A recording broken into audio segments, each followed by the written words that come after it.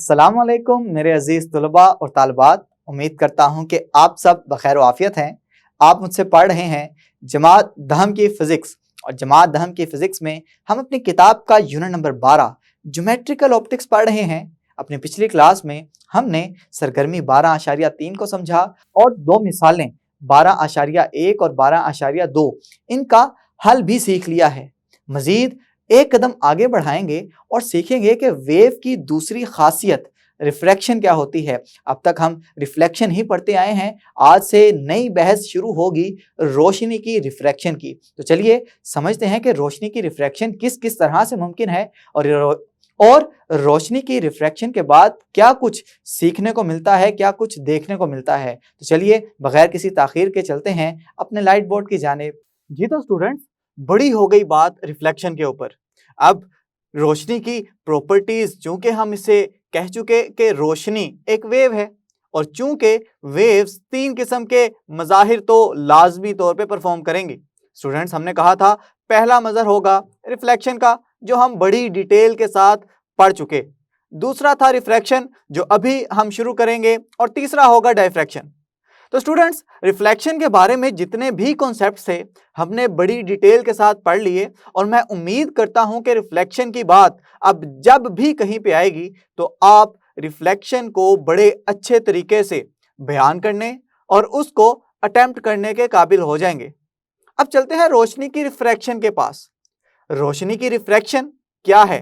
सबसे पहले तो पता होना चाहिए कि रिफ्रैक्शन क्या है। स्टूडेंट्स, आपको अगर याद हो तो मैंने आपको यूनिट 10 में और यूनिट 11 के अंदर रिफ्रैक्शन का फिनोमिना पढ़ाया है। यूनिट 10 में हमने पानी की वेव्स की रिफ्रैक्शन देखी थी, और यूनिट 11 में हमने साउंड की वेव्स की रिफ्रैक्शन देखी थी। स्टूडेंट्स, अब सवाल ये पैदा होता है कि रोशनी की रिफ्रैक्शन क्या है, रोशनी की रिफ्रैक्शन किस तरह से होती है, और रोशनी की रिफ्रैक्शन के लिए कोई खास शर्त अगर है तो वो क्या है। ये सारा कुछ हम देखेंगे आज के लेक्चर में। तो चलें हम पहले रिफ्रैक्शन को थोड़ा सा रिवाइज कर लेते हैं कि रिफ्रैक्शन है क्या। रिफ्रैक्शन का मैंने आपको आसानी के लिए ये मतलब समझाया था कि सिराते मुस्तकीम से भटक जाना, सीधे रास्ते से हट जाना। तो जब कोई भी वेव एक जगह से, या कह लें एक मीडियम से दूसरे मीडियम में दाखिल होती है, तो वो दाखिल होते होते अपने असल रास्ते से हट जाती है। और स्टूडेंट्स, हमने इस ही को नाम दिया था रिफ्रैक्शन का। अब चूंकि हमने यहाँ पे रोशनी की रिफ्रैक्शन का समझना है, तो यहाँ पे जो वेव इस्तेमाल करेंगे वो रोशनी की वेव होगी। तो स्टूडेंट्स, ये सारी चीजें समझने के लिए पहले मैं आपको डायग्रामेटिकली समझाता हूं, ताकि अगर आपको डायग्राम से उस चीज की बड़े अच्छे तरीके से समझ आ गई तो यकीनन आप उसकी तारीफ खुद करने के काबिल हो जाएंगे। मेरा तरीका शुरू से यही रहा है कि मैं पहले समझाता हूं चीज को, और उसके बाद तारीफ या उसकी एक्सप्लेनेशन आपके सामने बोर्ड पे लिखता हूं। इससे फायदा ये हासिल होता है कि आप में भी ये आदत डेवलप हो जाएगी, और अगर ये आदत आपके अंदर डेवलप हो जाती है तो ना सिर्फ मैट्रिक के अंदर बल्कि एफएससी के अंदर और एंटी टेस्ट के अंदर भी आपके अंदर ये आदत अगर एक दफा आ गई तो आप बड़े अच्छे स्कोर्स हासिल कर सकेंगे। चलो स्टूडेंट्स, चलते हैं अपनी डायग्राम की तरफ। और डायग्राम फर्ज करें ये मेरे पास कोई ग्लास की स्लैब है। स्टूडेंट्स, ये रिफ्लेक्टिंग मिरर नहीं है। पिछली दफा हमने कोई रिफ्लेक्टिंग मिरर पढ़ा था, और मिरर क्या करता था? रोशनी की रे को रिफ्लेक्ट कर देता था। ये ग्लास की स्लैब है, मिरर नहीं है। एक बात तो ये हो गई। फर्ज करें कि ये मेरे पास कोई पहला मीडियम है जिसको मैं हवा का नाम देता हूं, और समझ लें ये कोई दूसरा मीडियम है जिसको मैं ग्लास का नाम दे रहा हूं। स्टूडेंट्स, यहां पे एक और बात बड़ी ध्यान से आपने समझनी है। चलें, अभी हम जानते हैं कि जब मैं इस ग्लास की स्लैब के ऊपर एक नॉर्मल ड्रा कर दूंगा, और नॉर्मल ड्रा करने का स्टूडेंट्स क्या फायदा हमें मिलता है? नॉर्मल ड्रा करने का हमें यह फायदा मिलता है कि हम एंगल ऑफ इंसिडेंस और एंगल ऑफ रिफ्लेक्शन या एंगल ऑफ रिफ्रैक्शन बड़ी आसानी के साथ उसकी पैमाइश कर सकते हैं। स्टूडेंट्स, अब होगा क्या कि रोशनी की कोई रे इस पॉइंट ऑफ इंसिडेंस पे आके इंसिडेंट होगी इस तरह से। अब हम जानते हैं अपनी छोटी क्लासेस के अंदर हम ये पढ़ के आए हैं, रोशनी एक सीधा रास्ता फॉलो करती है, या इस तरह से कह लें कि light always follow a straight path. रोशनी सिर्फ और सिर्फ सीधे रास्ते की तरफ मूव करती है। अब अगर इस तरह का है तो रोशनी की इस रे को बिल्कुल यहां से सीधा गुजरना चाहिए था, लेकिन स्टूडेंट्स ऐसा हुआ नहीं। क्यों नहीं हुआ अभी देखते हैं। हुआ क्या, चलें पहले इसकी तरफ चलते हैं।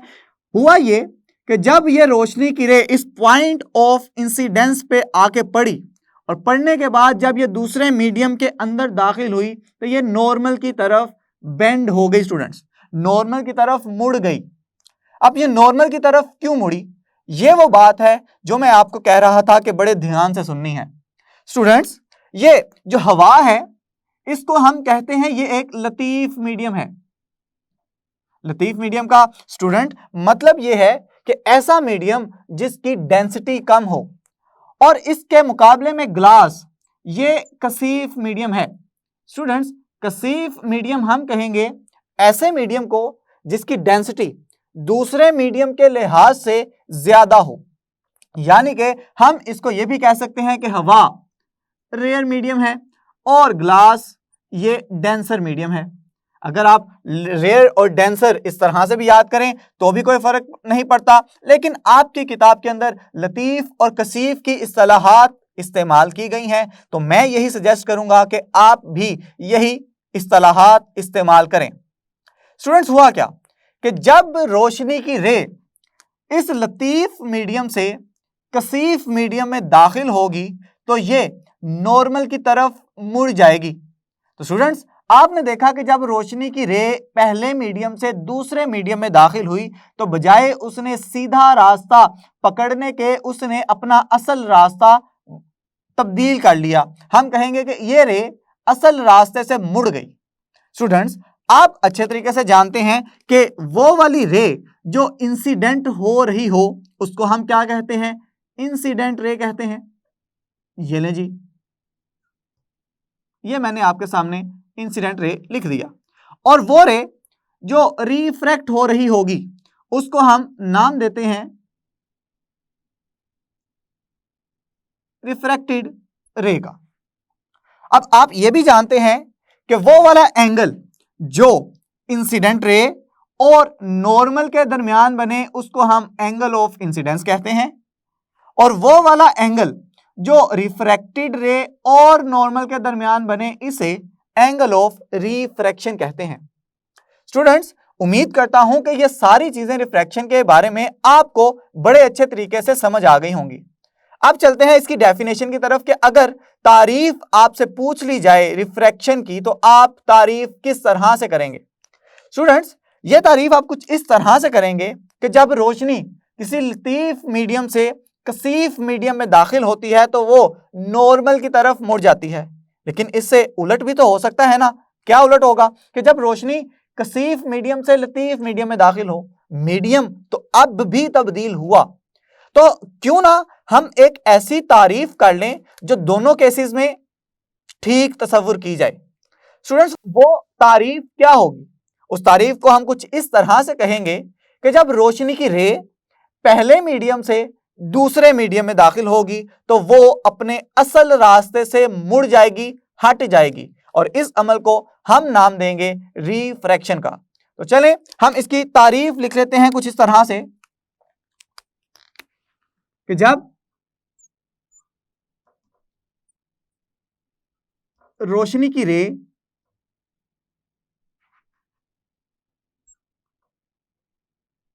एक मीडियम से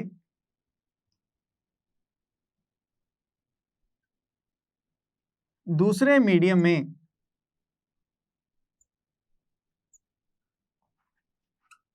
दाखिल होती है तो अपने असल रास्ते से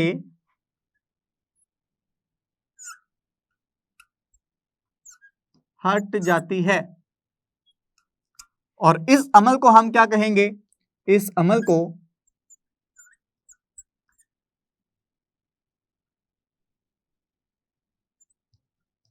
रिफ्रैक्शन कहते हैं। ये ना स्टूडेंट्स, मैंने इसकी तारीफ आपके सामने लिख दी। जी तो स्टूडेंट्स, अब तारीफ करने के हम काबिल हो गए। अब सवाल ये पैदा होता है, हमारी रोजमर्रा की जिंदगी पे रिफ्रैक्शन किस तरह से असर अंदाज हो सकती है।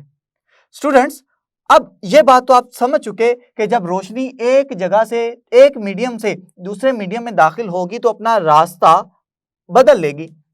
अब अगर इस तरह का हो और फर्ज करें कि हमारे पास ये कोई ग्लास जार है और इस जार के अंदर मैंने पानी भरा हुआ है और पानी के इस सतह से मैंने एक पेंसिल अंदर डिप की हुई है स्टूडेंट्स, कुछ इस तरह से।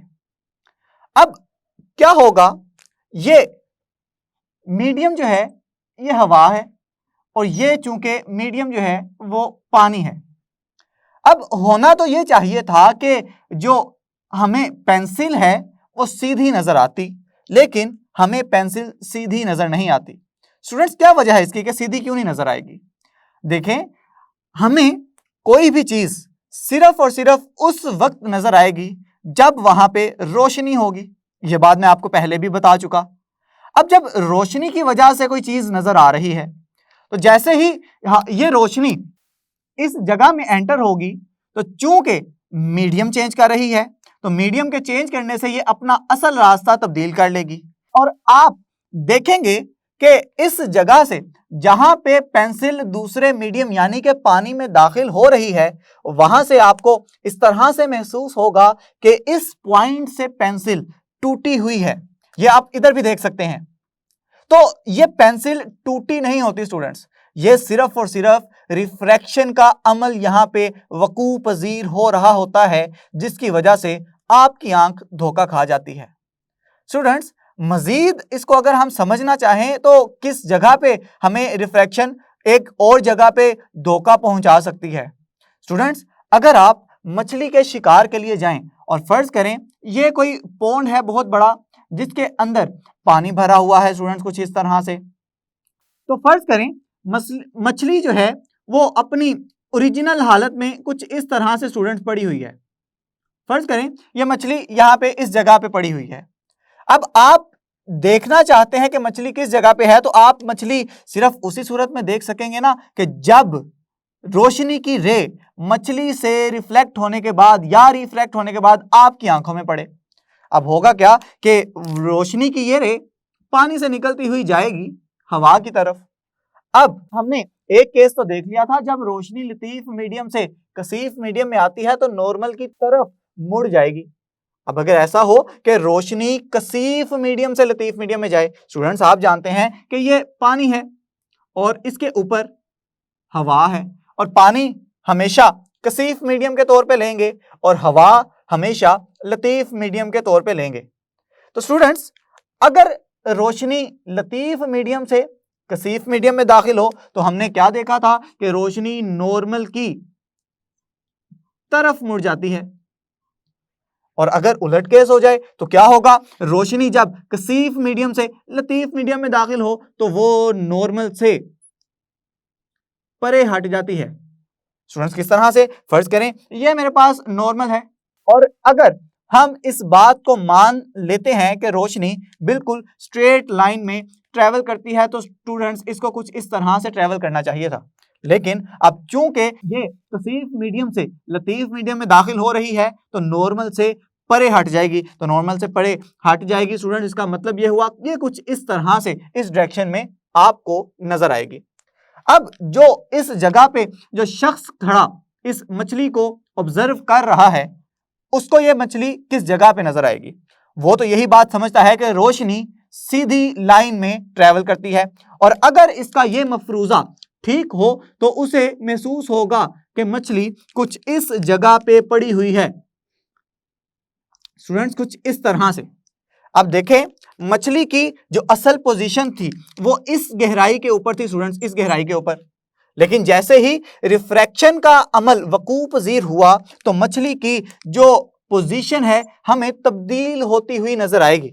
और स्टूडेंट्स, यही वो डिसीविंग मोमेंट होगा कि जब शिकार पकड़ने वाला मछली को इस जगह पे ऑब्जर्व कर रहा होगा और वो अपनी शिकार वाली जो कुंडी है वो इस जगह पे फेंकेगा, लेकिन असल में तो मछली इस जगह पे मौजूद होगी। हम कहेंगे कि असली हालत में मछली ज्यादा गहराई वाले पानी में मौजूद है, लेकिन रिफ्रैक्शन की वजह से मछली कम गहराई वाले पानी में नजर आएगी। तो स्टूडेंट्स, ये हमने एक दो मिसालें भी देख ली, आपने मजीद 2-4 मिसालें और सोच के रखनी है कि जिसमें आपको यह महसूस हो कि इस जगह पे रिफ्रैक्शन का अमल हो रहा है। अब रोशनी की रिफ्रैक्शन का अमल आप इस स्लाइड पर दी गई डायग्राम से समझ सकते हैं। आप देख सकते हैं कि इस डायग्राम में रोशनी की रे IO हवा से गुजरती हुई एक ग्लास के ब्लॉक से टकराती है। अब इस पॉइंट ऑफ इंसिडेंस यानी नॉर्मल के ऊपर ये रोशनी की ये रे टकरा रही है। हवा और ग्लास को मिलाने वाली लाइन पर रे IO अपना रास्ता बदल लेती है और नॉर्मल N की तरफ झुक जाती है और ग्लास के अंदर जाते हुए वो रास्ता OR इख्तियार कर लेती है। रेज IO और OR को बिलतरतीब इंसिडेंट रे और रिफ्रैक्टेड रे कहा जाता है। एंगल I जो कि इंसिडेंट रे नॉर्मल के साथ बनाती है एंगल ऑफ इंसिडेंस कहलाता है, और एंगल R जो कि रिफ्रैक्टेड रे नॉर्मल के साथ बनाती है उसे एंगल ऑफ रिफ्रैक्शन कहते हैं। जब ये रिफ्रैक्टेड रे ग्लास से बाहर आती है तो ये नॉर्मल से दूर हट जाती है और रास्ता ME इख्तियार कर लेती है। इस ME रे को इमर्जेंट रे के नाम से जाना जाता है। स्टूडेंट्स, अब चलते हैं रिफ्रैक्शन के कवानीन की जानिब। हमने जब रिफ्लेक्शन पढ़ी थी तो रिफ्लेक्शन के अंदर हमने 2 कानून पढ़े थे। वो 2 कानून क्या थे, ये आप पिछली क्लासेस में पढ़ के आ चुके। अब जिस तरह से रिफ्लेक्शन के कवानीन थे, इसी तरह से रिफ्रैक्शन के कवानीन भी तो होंगे। तो स्टूडेंट्स, हम हेडिंग दे लेते हैं रिफ्रैक्शन के कवानीन। स्टूडेंट्स, ये रिफ्रैक्शन के कवानीन की हेडिंग अलग से देने का मकसद ये है कि अगर एग्जाम में आपसे ये 2 नंबर के शॉर्ट क्वेश्चंस के अंदर सिर्फ और सिर्फ कवानीन पूछ लिए जाएं तो आप इस काबिल हो जाएं कि आप रिफ्रैक्शन के कवानीन को बयान कर सकें अपनी जुबान में। तो स्टूडेंट्स, क्या होगा, 2 पॉइंट्स हैं स्टूडेंट्स, 2 कानून हैं इसके भी। पहला कानून तो बिल्कुल उसी तरह का जिस तरह का हमने रिफ्लेक्शन के कवानीन में पढ़ा था। फर्ज करें ये इंसिडेंट रे है, इसको मैं अगर नाम देना चाहूं तो मैं कहूंगा IO ये इंसिडेंट रे है और O और R ये रिफ्रैक्टेड रे है। स्टूडेंट्स, अब होगा क्या कि बनने वाला ये एंगल ऑफ इंसिडेंस, ये नॉर्मल, और बनने वाला ये एंगल ऑफ रिफ्रैक्शन, ये तीनों एक ही प्लेन में वाक़या होंगे। स्टूडेंट्स, उधर हमने क्या पढ़ा था रिफ्लेक्शन के कवानीन में? रिफ्लेक्शन के कवानीन में हमने पढ़ा था angle of incidence, angle of reflection और नॉर्मल तीनों एक ही प्लेन में वाक़या होंगे। तो यहां पे तब्दीली क्या आई, यहां पे एंगल ऑफ रिफ्लेक्शन की बजाय हम जो इस्तेलाह इस्तेमाल करेंगे वो करेंगे एंगल ऑफ रिफ्रैक्शन की। तो चलें हम इसको अल्फाज की जुबान दे देते हैं। हम लिखेंगे कि एंगल ऑफ इंसिडेंस, दूसरा एंगल ऑफ रिफ्लेक्शन,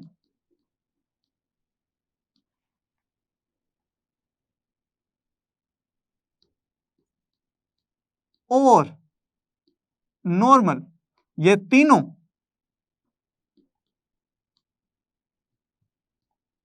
एक ही प्लेन में वाक़या होते हैं। ये ना स्टूडेंट्स, एक कानून तो मैंने आपके सामने लिख दिया। अगर आपको याद हो तो रिफ्लेक्शन के कवानीन में आपने एक कानून पढ़ा था कि एंगल ऑफ इंसिडेंस हमेशा बराबर होगा एंगल ऑफ रिफ्लेक्शन के। स्टूडेंट्स, क्या रिफ्रैक्शन के अंदर भी यह बात कही जा सकती है कि क्या हमेशा angle of incidence angle of refraction के बराबर होगा? तो स्टूडेंट्स, इसका जवाब है हरगिज नहीं, ये लाजमी बात नहीं है। हो भी सकता है, एक खास केस है जो मैं आइंदा आने वाले लेक्चर में बताऊंगा कि उस खास केस में angle of incidence angle of refraction के बराबर होगा। लेकिन स्टूडेंट्स, उसको कानून तो नहीं कह सकते। कानून उस चीज को कहते हैं जो हमेशा ठीक हो रहा हो, कि जिस मर्जी कंडीशन में हम उसे देखें तो वो कानून की इबारत हमेशा फुलफिल हो रही हो, पूरी हो रही हो। तो स्टूडेंट्स, हम दूसरा कानून यहां पे लिखेंगे वो कुछ इस तरह से लिखेंगे कि एंगल ऑफ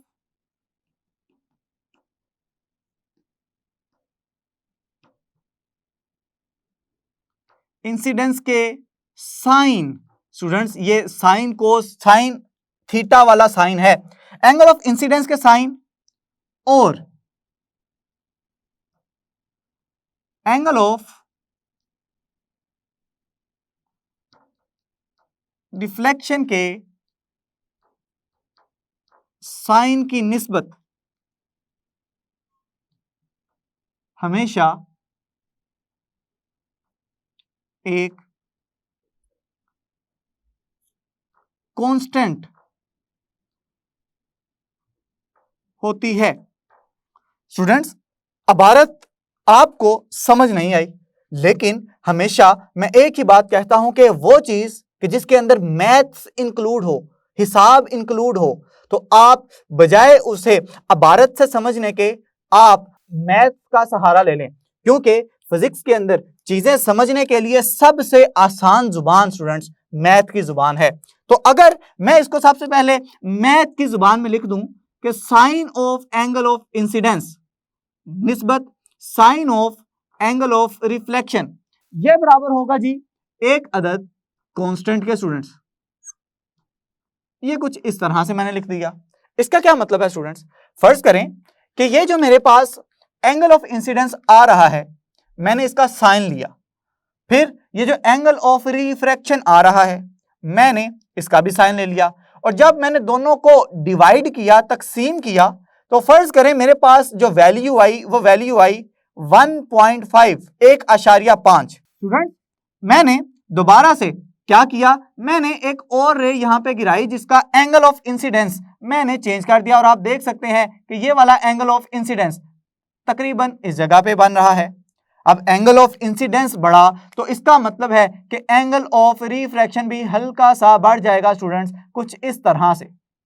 अब चूंकि अब मैं क्या करूंगा, मैं दोबारा से इस नए बनने वाले एंगल ऑफ इंसिडेंस इसका साइन लूंगा, और फिर इस नए बनने वाले एंगल ऑफ रिफ्रैक्शन मैं इसका साइन लूंगा, और जैसे ही मैं दोनों को तकसीम करूंगा तो ये दोबारा 1.5 का आपको आंसर देगा। और स्टूडेंट्स, मैंने अभी आपको बताया कि वो वाली चीज जो हमेशा सच हो जाए वो एक कानून बन जाती है।